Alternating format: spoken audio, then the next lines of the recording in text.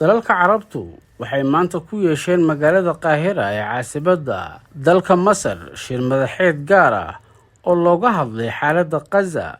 iyadoo hogaamiyaasha carabtu ay muujiyeen diidmadooda ku aadan barakicinta falastiiniyiinta ee marinka gaza waxaana ay taageereen qorshaha dib u dhiska gaza. muhiimadda shirku waxay ahayd laba qodob: qorshaha dib u dhiska gaza ee ay hogaaminayso masar. inta uu kulanku socday, madaxweynaha masar cabdifataax siisi wuxuu soo bandhigay qorshaha dib u dhiska gaza, isagoo markaa sheegay in qorshahani uu dhaqan gelayo iyadoo aan la barakicin falastiiniyiinta gaza. dhismaha guddiga maamulka gaza, madaxweynaha masar cabdifataax al siisi waxaa kaloo uu soo bandhigay in dhinacyada falastiiniyiinta ay iska kaashanayaan sidii loo samayn lahaa guddi falastiiniyiin ah oo madax bannaan oo maamula gaza. ururka xamaas ayaa soo dhoweeyey qorshaha uu soo bandhigay madaxweynaha masar oo ay ku jirto dhismaha guddiga, kadib markii jihaad taaha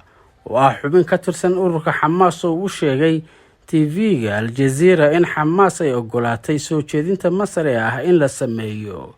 guddiga taageerada bulshada oo ka baxsan maamulka gaza si loo yareeyo dhibaatada dadka gaza. madaxweynaha maamulka falastiiniyiinta daanta galbeed la haysto maxamuud cabbaas oo shirka qaahire isna ku sugnaa ayaa dhankiisa soo dhoweeyey qorshaha madaxweynaha masar. sida laga soo xigtay xamaas, guddiga isku dhafka ah ee falastiiniyiinta shaqadoodu waxay noqonaysaa adeega dadweynaha oo ay ku jirto dib u soo celinta xasiloonida,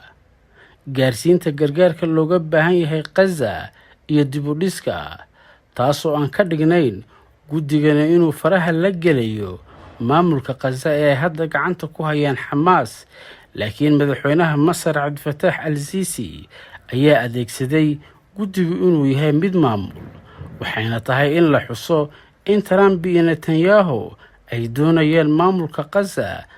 in laga saaro gacanta xamaas, tan oo ah